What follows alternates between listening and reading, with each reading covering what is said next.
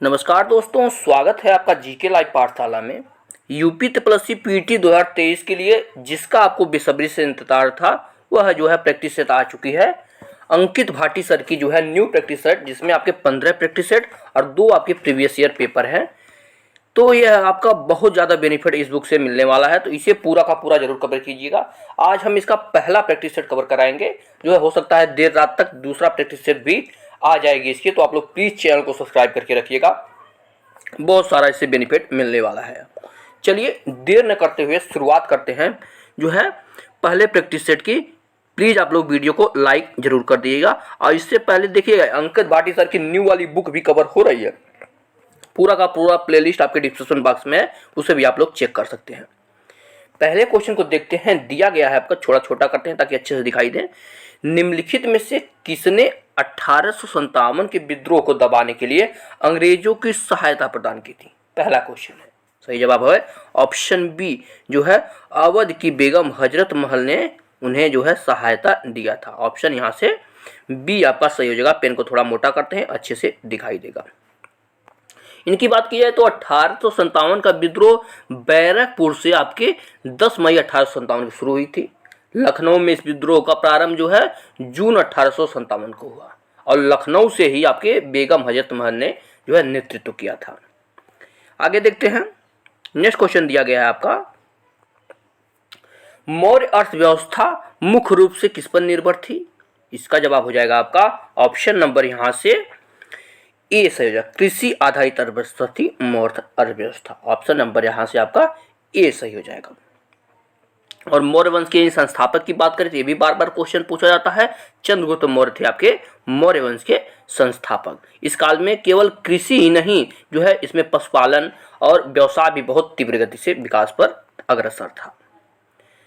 अगला क्वेश्चन है, मुगल शासन के दौरान एक कोतवाल की सही भूमिका क्या थी? तीसरा क्वेश्चन है, इसका जवाब हो जाएगा ऑप्शन डी, कानून व्यवस्था को बनाए रखना जो है इनकी महत्वपूर्ण भूमिका थी। ऑप्शन यहाँ से डी सही हो जाएगा। अगला क्वेश्चन है, महात्मा गांधी के, छोटा करते हैं अच्छे से दिखाई देगा, महात्मा गांधी के भारत के जो है कौन कौन से विरुद्ध थे? इसका जवाब हो जाएगा आपका option number B, Mahatma Gandhi जो थे तीव्र औद्योगिकीकरण के जो है विरुद्ध थे। वो नहीं चाहते थे कि औद्योगिकीकरण तीव्र हो, क्योंकि जो है इससे मजदूरों का जो है काम कम हो जा रहा था, इसलिए वह इसके विरुद्ध थे। अगला क्वेश्चन है पांचवा, दिया गया है, सिंधु सभ्यता के इनमें से किन स्थलों में जलाशयों के साक्ष्य मिले हैं? यानी जो है जल के जो है संग्रह के साक्ष्य मिले हैं। सही जवाब है ऑप्शन बी, धौलावीरा से मिले हैं। यहाँ से आपका ऑप्शन बी सही हो जाएगा, क्या? धौलावीरा। धौलावीरा की अगर हम बात करें तो यह गुजरात के कच्छ के रण में स्थित है, और इसकी खोज जो है 1967-68 में जेपी जोशी ने किया था। यह क्वेश्चन बार बार पूछा जाता है, धौलावीरा की खोज किसने किया था? जेपी जोशी ने किया था। और यहाँ से जो है जलाशय के साक्ष्य मिले हैं। रोपड़ यहीं देखिए दिया गया है, तो रोपड़ की अगर हम बात करें तो यहाँ से मृदभांड मिले हैं, कुल्हाड़ी मिला, शेरखड़ी मिला, ये सब साक्ष्य पाए गए। अगला क्वेश्चन है, छठा क्वेश्चन दिया गया है आपका, वैशाली में द्वितीय संगीति किनके द्वारा संगठित जो है संचालित की गई थी? इसका जवाब है द्वितीय संगीति अगर हम बात करें तो काला शोक के समय में हुई थी। ऑप्शन यहाँ से बी से होगा, काला शोक के समय। यही सबकी अगर बात करें तो प्रथम संगीति आपके बौद्ध संगीतियों की अगर हम बात करें तो अजातशत्रु के समय में हुई थी राजगृह में। द्वितीय हुई थी आपके काला शोक के समय वैशाली में। यही तीसरे की बात करें तो अशोक के समय हुई थी पाटलिपुत्र में। और चौथी संगीति आपके कनिष्क के समय में हुई थी कुंडलवन में। ये क्वेश्चन इंपॉर्टेंट होता है, बार बार आपके पेपर में पूछा जाता है। नेक्स्ट क्वेश्चन है, सातवां क्वेश्चन है, प्रसिद्ध हस्ती और उनसे संबंधित गठन का सही जो है चुनाव करना है। सही जवाब हो जाएगा आपका सत्य शोधक समाज की अगर हम बात करें तो यह आपके ज्योतिबा फूले इसके संस्थापक थे। ऑप्शन यहाँ से बी आपका सही है। ठीक है, अब यहीं देख लेते हैं आपका हिंदुस्तान जो है सोशलिस्ट रिपब्लिकन की अगर बात करें तो इसके संस्थापक यानी विषण नहीं थी, आपके चंद्रशेखर आजाद थे। पूना सार्वजनिक सभा की बात करें तो महादेव गोविंद रानाडे थे। और जो थियोसॉफिकल सोसाइटी की बात करें तो इसके संस्थापक आपके एनिबेसेंट थे। इस तरह से पूरा का पूरा हम लोग मिलान करेंगे। अगले पेज पर आएंगे। 8वां क्वेश्चन यहाँ से देखते हैं, दिया गया है आपका, भारत में सांप्रदायिक निर्वाचन का जनक किसे कहा जाता है? इसका जवाब हो जाएगा ऑप्शन सी, लॉर्ड मिंटो को माना जाता है भारत में सांप्रदायिक जो है निर्वाचन का जनक। ऑप्शन यहाँ से सी सही हो, क्योंकि यह है लॉर्ड मिंटो ने जो है 1909 में सांप्रदायिक चुनाव की शुरुआत की थी और भारतीय परिषद अधिनियम 1909 में मुस्लिमों को अलग निर्वाचन मंडल प्रदान किया था इसने ही। तो इस तरह से जो है इसे माना जाता है। अगला क्वेश्चन देखते हैं, इंडिया डिवाइडेड पुस्तक के लेखक कौन है? 9वां क्वेश्चन है। इसका जवाब हो जाएगा option A, doctor Rajendra Prasad है इंडिया डिवाइडेड पुस्तक के लेखक। यहां से आपका ऑप्शन ए सही जवाब हो जाएगा। यहीं अगर अबुल कलाम की बात करें तो इनकी भी पुस्तक के बारे में पूछा जाता है। तो इन्होंने जो पुस्तक लिखी थी इनका नाम है आपका इंडिया विंस फ्रीडम, इन्होंने लिखी थी। यहीं इंदिरा गांधी की अगर बात करें तो इन्होंने लिखा था माई ट्रूथ इंटरनल इंडिया लिखे थे। जवाहरलाल नेहरू जी की बात करें तो इनका जो है फेमस पुस्तक है विश्व इतिहास की झलक और भारत की खोज, ये दोनों पुस्तक इन्होंने लिखा था। अगला क्वेश्चन देखते हैं, इनमें से किसके द्वारा दिल्ली सल्तनत में इक्ता प्रणाली को संस्थागत रूप में लागू किया गया था? 10वां क्वेश्चन है। इसका जवाब बन जाता है ऑप्शन ए, इल्तुतमिश के द्वारा ऐसा किया गया था। 1226 ईस्वी में इल्तुतमिश ने इक्ता प्रणाली जो है शुरू किया था। इस बात को ध्यान रखिएगा, सन भी कभी कभी पूछा जाता है। और इक्ता का मतलब क्या होता है?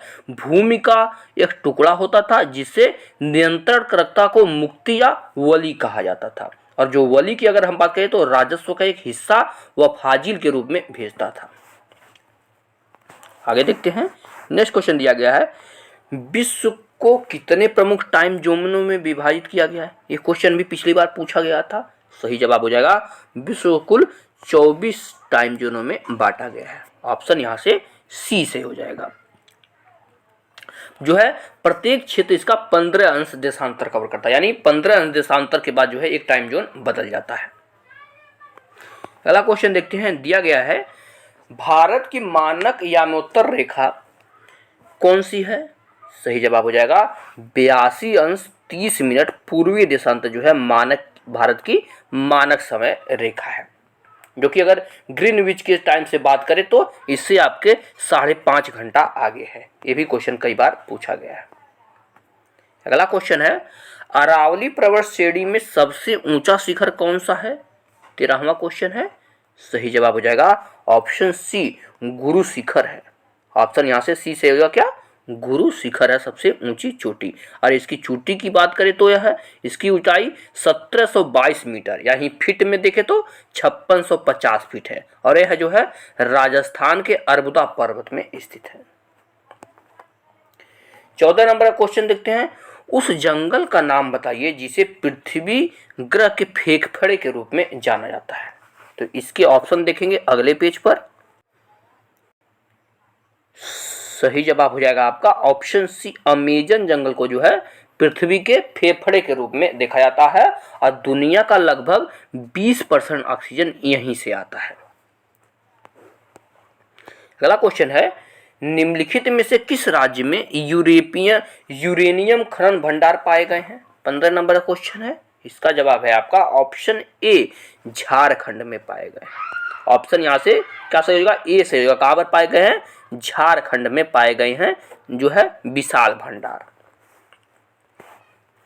नेक्स्ट क्वेश्चन है, भारत में नई आर्थिक नीति कब अपनाई थी? सही जवाब हो जाएगा ऑप्शन बी, 1991 में आई थी भारत की नई आर्थिक नीति। ऑप्शन यहाँ से बी सही हो जाएगा। और उस समय के प्रधानमंत्री कौन थे आपके? प्रधानमंत्री पीवी नरसिम्हा राव थे, इन्होंने द्वारा लाया गया था। ये क्वेश्चन भी पूछा गया है। अगला क्वेश्चन है, प्लांट इकोनॉमी फॉर इंडिया के लेखक कौन है? 17 नंबर का क्वेश्चन है। इसका जवाब हो जाएगा ऑप्शन ए, ये है आपके एम विश्वेश्वरैया हैं, प्लांट इकोनॉमी फॉर इंडिया के लेखक। ऑप्शन यहाँ से ए सही होगा 17 नंबर क्वेश्चन का सही जवाब। आगे देखते हैं 18 नंबर का क्वेश्चन क्या दिया गया है? दिया गया आपका किस पंचवर्षीय योजना का उद्देश्य गरीबी उन्मूलन था? सही जवाब है आपका ऑप्शन सी, 5वीं पंचवर्षीय योजना का मुख्य उद्देश्य जो है गरीबी उन्मूलन था। यह जो है योजना आपकी 1974 से लेके 1978 तक चली थी। ये भी क्वेश्चन को ध्यान में रखिएगा। अगला क्वेश्चन है, भारत में जीएसटी कब लागू की गई थी? 19 नंबर का क्वेश्चन। सही जवाब है ऑप्शन डी, भारत में जीएसटी जो है 2017 में लागू की गई थी। और इसे जो है स्वर्गीय अटल अरुण जेटली एवं वस्तु सेवा कर के प्रथम अध्यक्ष थे। जो है जीएसटी के प्रथम अध्यक्ष कौन थे? आपके अरुण जेटली जी थे। अगला क्वेश्चन छोटा करेंगे ताकि अच्छे से दिखाई दे। चलिए उसी ऑप्शन को हम देख लेंगे। दिया गया है आपका, फसल बीमा योजनाओं में कौन सा सही नहीं है? इसका जवाब है व्यापक फसल बीमा योजना जो है 2015 में चालू था। यह आपका गलत ऑप्शन है। यहाँ से सही जवाब हो जाएगा जो है आपके ए सही हो जाएगा, क्योंकि व्यापक फसल बीमा योजना जो है 1985 में लाया गया था। बाकी आपकी राष्ट्रीय कृषि बीमा योजना 1999-2000 के बीच आई थी। संशोधित राष्ट्रीय कृषि बीमा योजना आपके 2010 से 2016 तक चली थी। और प्रधानमंत्री फसल बीमा योजना जो है 2016 में आई थी। 21 नंबर का क्वेश्चन देखते हैं, कोई विधेयक धन विधेयक है या नहीं, इसका निर्णय कौन करता है? सही जवाब देखते हैं आपका अगले पेज पर क्या दिया गया है।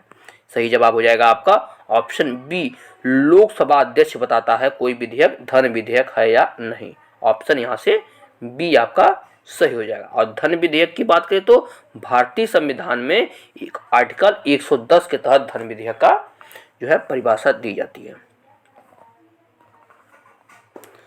नेक्स्ट क्वेश्चन है आपका, पंचायतों को संवैधानिक दर्जा प्रदान किया गया कौन से आर्टिकल के तहत? सही जवाब है आपका ऑप्शन बी, आर्टिकल 243 के तहत जो है पंचायतों को संवैधानिक दर्जा दिया गया था। ऑप्शन यहाँ से बी सही हो जाएगा 22 नंबर क्वेश्चन का सही जवाब। अगला क्वेश्चन है, सूची फर्स्ट को सूची सेकंड से मिलाना है। देख लीजिए, सूची फर्स्ट सूची सेकंड दिया गया है, दोनों को मिलाना है ताकि छोटा करते हैं ताकि अच्छे से दिखाई दे। 22 नंबर का क्वेश्चन है, देखते हैं यहाँ से छोटा करते हैं। हाँ, अब देखिए, भारतीय संविधान भाग जो है 9 की अगर हम बात करें तो है जो है पंचायतों से संबंधित है, यानी पहले को जो है तीसरे से मिलाएंगे, पंचायतों से संबंधित है।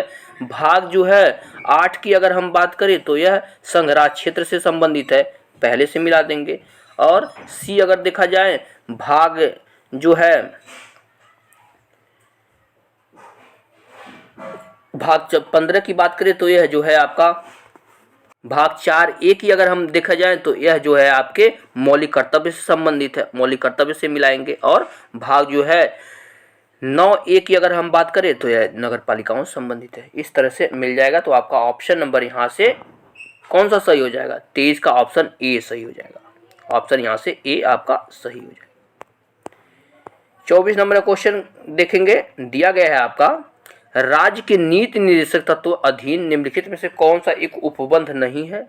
इसका जवाब हो जाएगा ऑप्शन सी। इसमें जो है भारत के सभी लोगों में सामंजस्य और सामान्य सामूहिक भाईचारे का प्रवृत्ति को बढ़ाना, यह जो है इसका उद्देश्य नहीं दिया गया है आपका। ऑप्शन नंबर यहाँ से सी से होगा 24 नंबर क्वेश्चन का सही जवाब।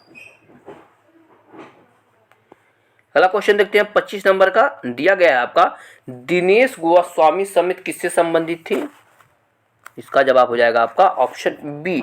यह जो है आपका पूर्वोत्तर में उपद्रव समाप्त करने के लिए उपायों से संबंधित थी। कौन? दिनेश गोस्वामी समिति।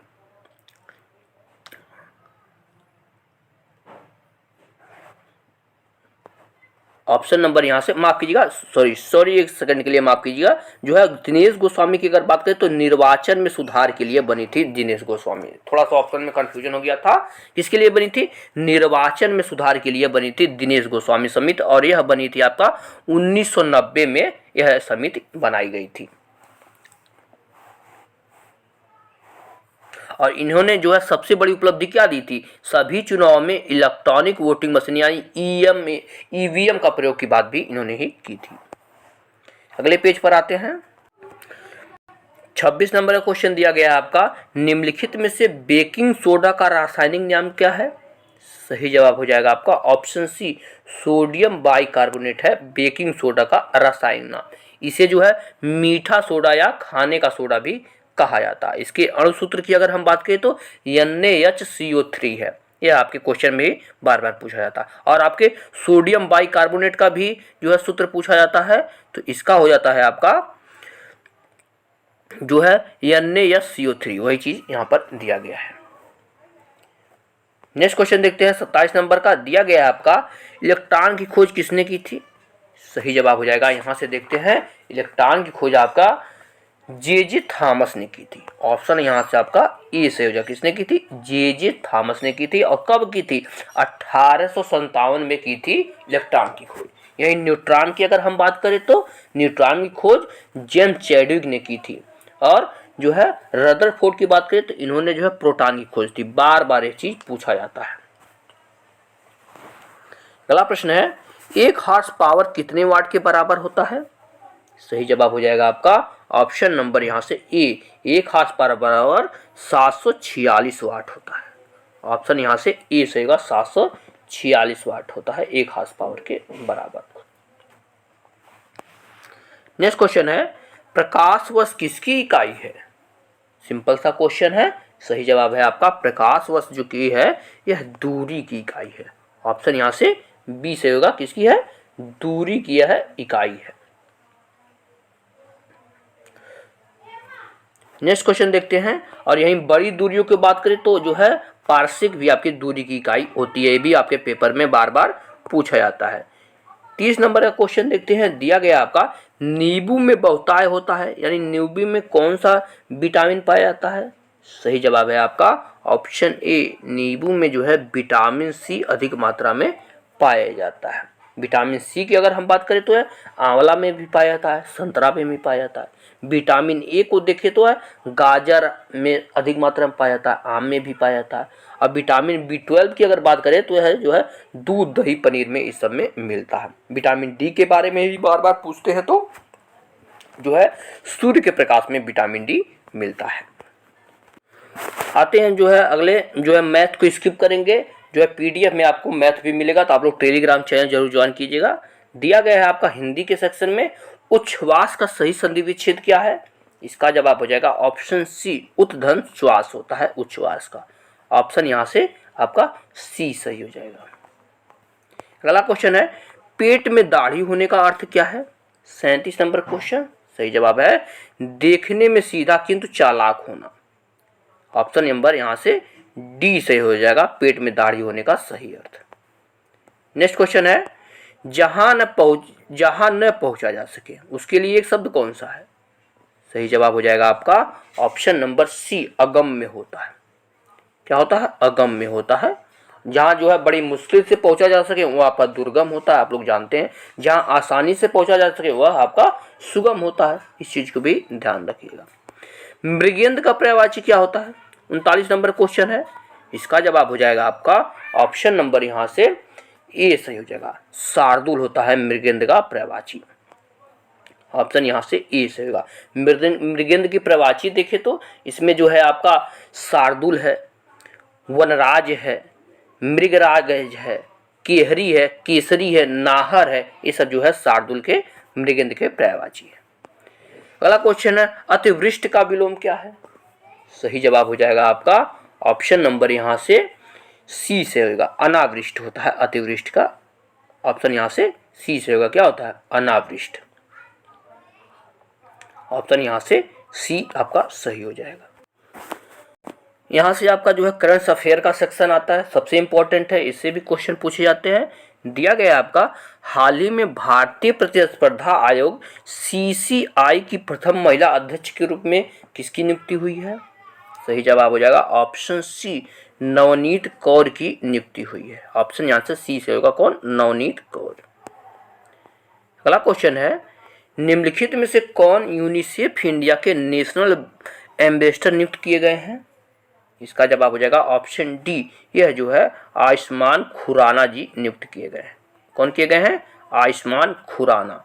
ऑप्शन यहाँ से डी आपका सही हो जाएगा। नेक्स्ट क्वेश्चन 53 नंबर का क्वेश्चन को ध्यान से पढ़िएगा, थोड़ा बड़ा है। वर्ष 2023 में भारतीय प्रधानमंत्री नरेंद्र मोदी ने विश्व पर्यावरण दिवस के अवसर पर रामसर स्थलों के संरक्षण के लिए निम्न में से किस योजना का शुभारंभ किया? सही जवाब हो जाएगा आपका ऑप्शन नंबर यहाँ से सी सही हो जाएगा। ऑप्शन सी सही हो जाएगा। क्या? अमृत धरोहर योजना लेकर आए थे। क्या लेकर आए थे? अमृत धरोहर योजना। नेक्स्ट क्वेश्चन, हाल ही में जारी वर्ष 2023 की विश्व खुशहाली रिपोर्ट के अनुसार विश्व के सबसे खुशहाल देशों की तालिका में कौन सा देश प्रथम स्थान पर रहा है? सही जवाब है ऑप्शन ए, फिनलैंड जो है यह प्रथम स्थान पर रहा है। ऑप्शन ए सही हो जाएगा। नेक्स्ट क्वेश्चन है, भारतीय अंतरिक्ष अनुसंधान संस्थान इसरो द्वारा हाल ही में चंद्रमा पर अपना तीसरा मिशन चंद्रयान 3 किस रॉकेट से प्रक्षेपित किया गया? सही जवाब है ऑप्शन सी, LVM-3M4 से किया गया है। ऑप्शन यहां से सी सही हो जाएगा। अगला क्वेश्चन है, फीफा द्वारा आयोजित फुटबॉल महिला विश्व कप की मेजबानी निम्न में से कौन सा देश कर रहा है? सही जवाब है ऑप्शन सी, यह जो है आपका ऑस्ट्रेलिया और न्यूजीलैंड दोनों देश मिलकर कर रहे हैं। ऑप्शन सी यहाँ से सही हो जाएगा। अगला क्वेश्चन, केंद्र सरकार द्वारा जारी आर्थिक बजट 2023-24 के अनुसार व्यक्तिगत करदाताओं के लिए छूट की सीमा रुपए कितनी है? 57 नंबर क्वेश्चन है, तो इसके ऑप्शन अगले पेज पर हम लोग देखते हैं। सही जवाब हो जाएगा आपका ऑप्शन बी, 7 लाख रुपए। पहले 5 लाख रुपए थी, अब इसे बढ़ाकर जो है 7 लाख रुपए कर दिया गया है। नेक्स्ट क्वेश्चन, निम्न में से कौन सा देश सभी महिलाओं के लिए मुफ्त सैनिटरी उत्पाद प्रदान करने वाला विश्व का प्रथम देश बन गया है? इसका जवाब है ऑप्शन ए, कौन देश बना है? स्कॉटलैंड बना है। ऑप्शन यहां से ए सही हो जाएगा। नेक्स्ट क्वेश्चन, भारत के किस रेलवे स्टेशन को वर्ष 2023 में यूनेस्को का एशिया प्रशांत सांस्कृतिक विरासत पुरस्कार से सम्मानित किया गया है? सही जवाब है ऑप्शन सी, जो है भायखला मुंबई को सम्मानित किया गया है। ऑप्शन यहां से सी सही हो जाएगा।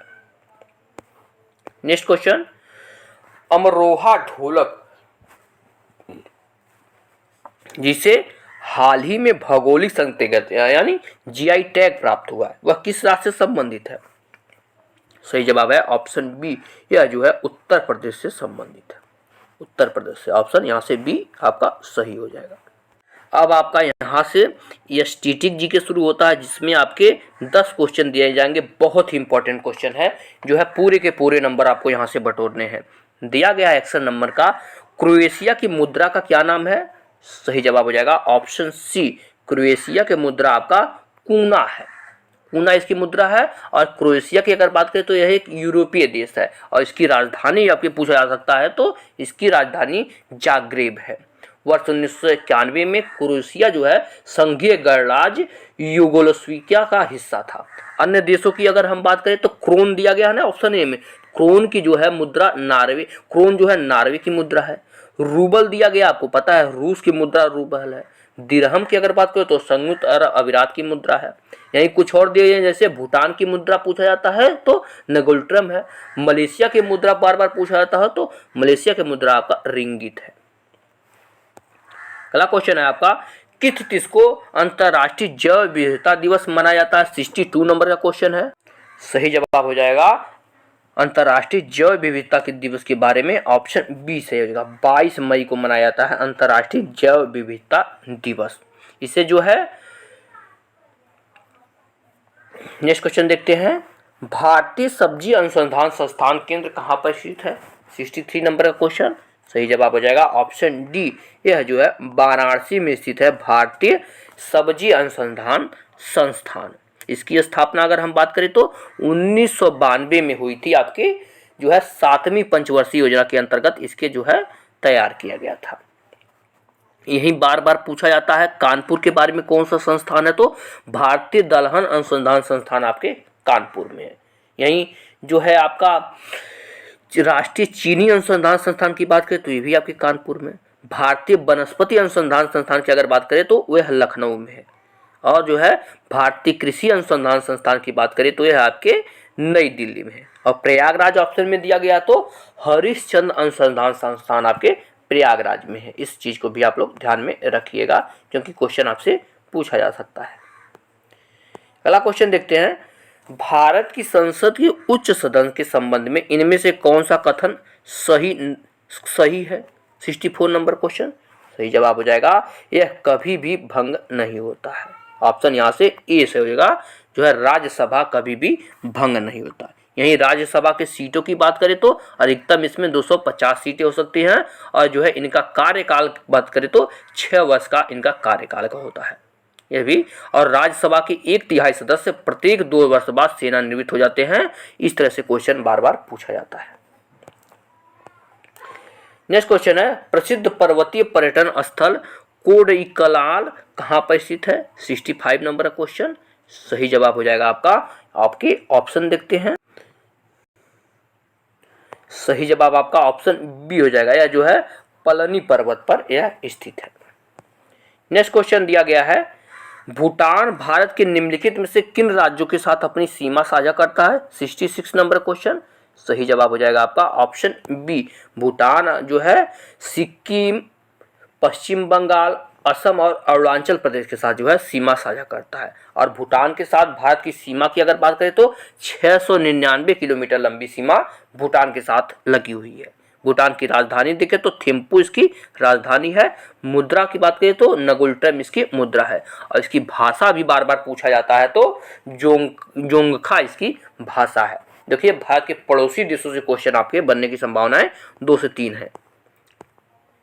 नेक्स्ट क्वेश्चन है, मडई महोत्सव निम्नलिखित में से किस राज्य में मनाया जाता है? 67 नंबर का क्वेश्चन। सही जवाब है ऑप्शन बी। मडई महोत्सव जो है छत्तीसगढ़ में मनाया जाता है। 67 नंबर क्वेश्चन का सही जवाब हो जाएगा छत्तीसगढ़ में मनाया जाता है मडई महोत्सव।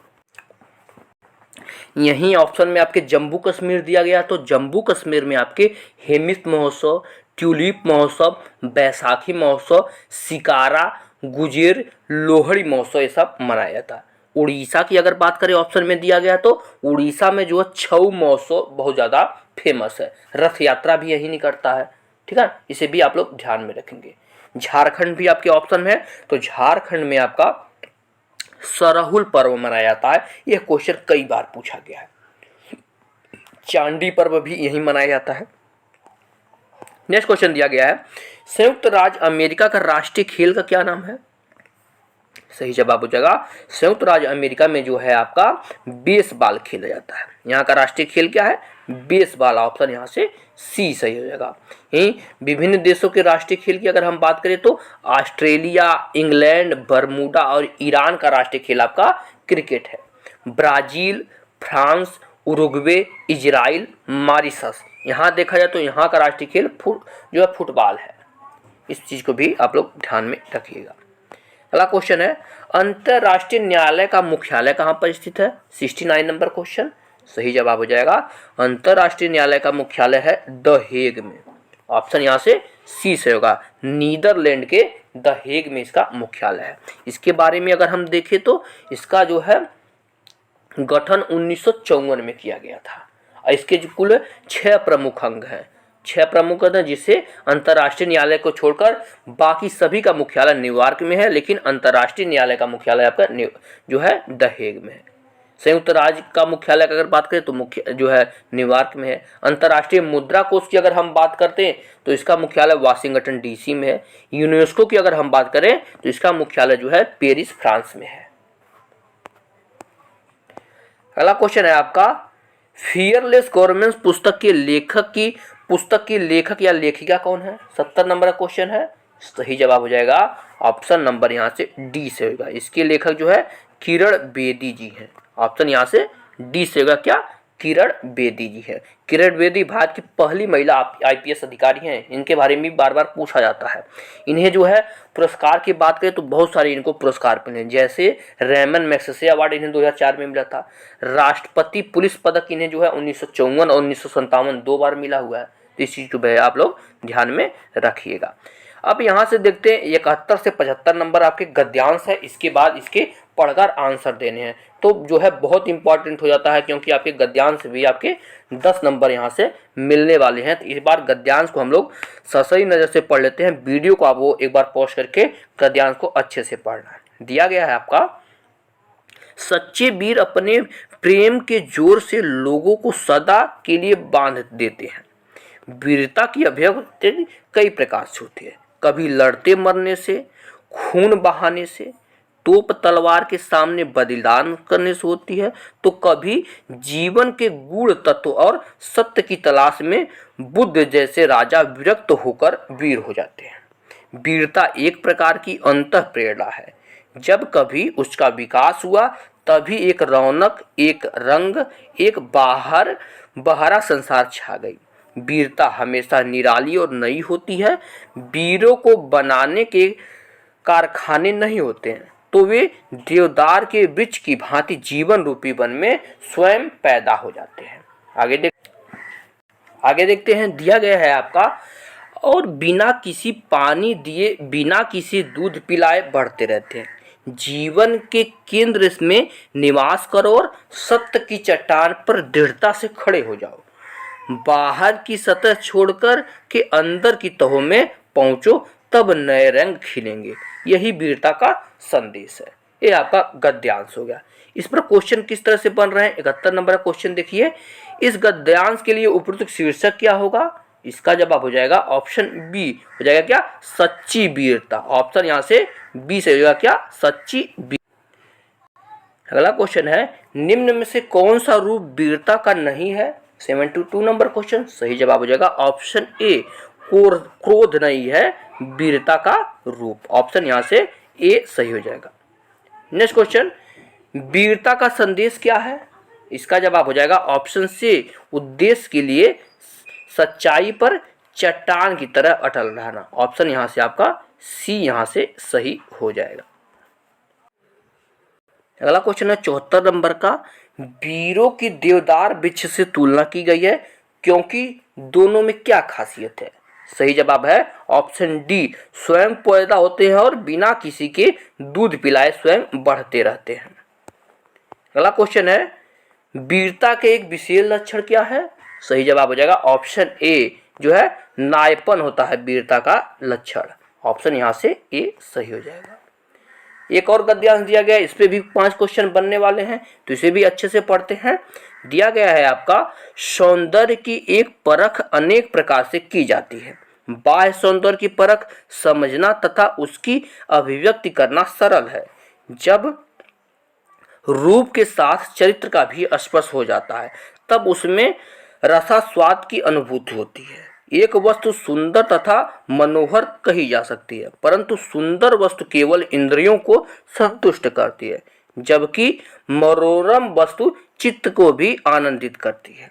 इस दृष्टि से कवि जयदेव का वसंत चित्रण सुंदर है तथा कालिदास का प्रकृति वर्णन मनोहर है, क्योंकि उनमें चरित्र की प्रधानता है। सुंदर शब्द, उसके बाद अगले पेज पर देखते हैं क्या दिया गया है। अगले पेज पर देखेंगे, दिया गया है आपका, सुंदर शब्द संकीर्ण है जबकि मनोहर व्यापक तथा विस्तृत है। साहित्य में साधारण वस्तु भी विशेष प्रतीत होते हैं तथा उसे मनोहर करते हैं। यह है आपका गद्यांश था। इस पर क्वेश्चन देखते हैं जो 76 नंबर का दिया गया, सौंदर्य की परख की जाती है कैसे? सही जवाब हो जाएगा ऑप्शन बी, इंद्रियों की संतुष्ट के आधार पर इसकी परीक्षण की जाती है। अगला क्वेश्चन, रसास्वाद की अनुभूति का बोध होता है, इसका क्या अर्थ है? सही जवाब है ऑप्शन ए, चरित्र स्पर्शी रूप से होता है। ऑप्शन यहाँ से ए सही हो जाएगा। अगला क्वेश्चन, कवि जयदेव को वसंत चित्रण सुंदर है पर मनोहर नहीं है, क्योंकि? इसका जवाब है ऑप्शन बी, इसमें केवल सौंदर्य का वर्णन है। ऑप्शन यहाँ से बी आपका सही हो जाएगा। नेक्स्ट क्वेश्चन है, कालिदास के प्रकृति वर्णन का आधार क्या है? इसका जवाब है ऑप्शन सी, उनकी मनोहरता है। ऑप्शन यहाँ से सी सही हो जाएगा। अगला क्वेश्चन है, ऊपर दिए गए गद्यांश का उपयुक्त शीर्षक क्या हो सकता है? सही जवाब है ऑप्शन सी, सुंदरता बनाम मनोहरता। ऑप्शन यहाँ से सी से। इस तरह से हमने जो है देखिए आपका जो है पाई चार्ट का जो क्वेश्चन है इसे हम लोग स्किप करते हैं क्योंकि पीडीएफ में मिलेगा जो कि आपको टेलीग्राम पर मिलेगा, तो आप लोग वहां से जरूर कवर कीजिएगा। मिलते हैं नेक्स्ट लेक्चर में। पहला जो है प्रैक्टिस आपका यहाँ से पूरा हो जाता है। धन्यवाद।